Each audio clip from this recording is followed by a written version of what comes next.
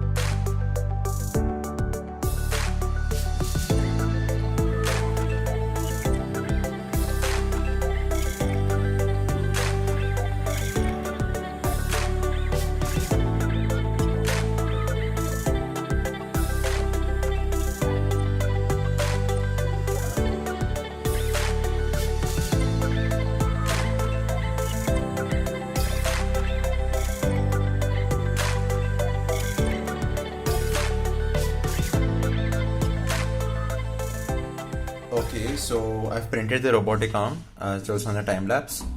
So I've assembled the entire thing and I've screwed it to a wooden base so it doesn't move around.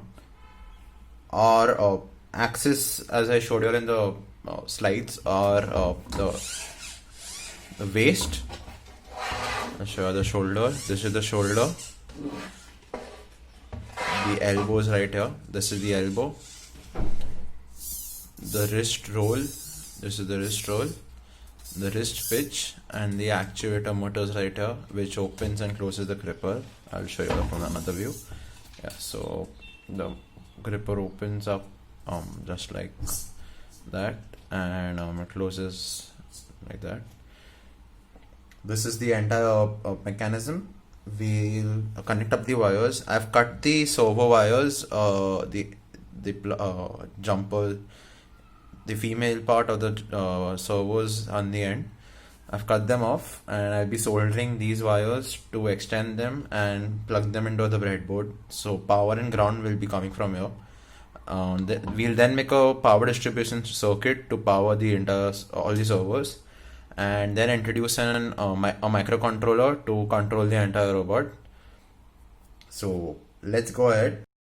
Okay, so I'm done with the electronics. The electronics consists of the Arduino Mega, the power distribution circuit, and this voltage regulator, as well as a 12-volt adapter from one of my old TVs. So this is rated for 2 amps, so it can power the entire arm, no problem at all.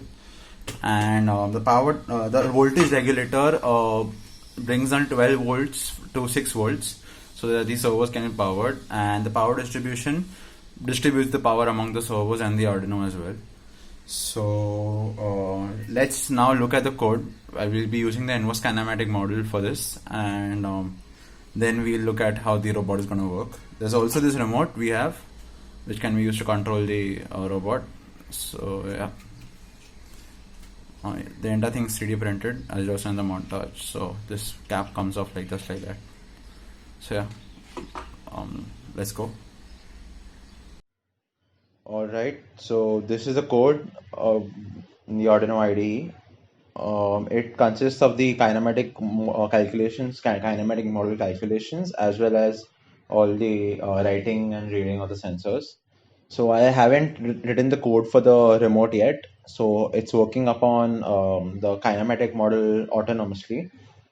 So if we come down here and look at void circle, I can set the radius of the circle I want. So let's say I want my robot to go at a radius of 50 millimeters. So what this will do is it will create a radius of 50 millimeters, and let's check how the robot moves. So let's upload the code to the Arduino Mega and check out what the robot does with a radius of 50 millimeters.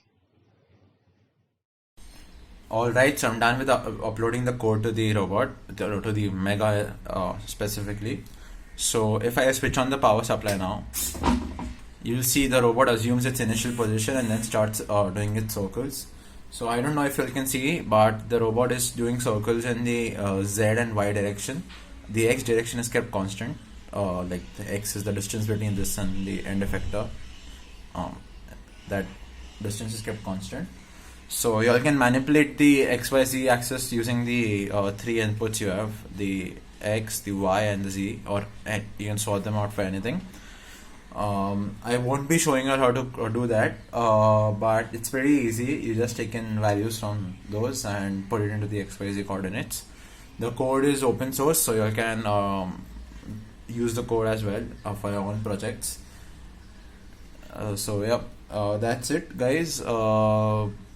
Thanks for watching, and please like, share and subscribe so that my channel can grow. I'll see you all next time.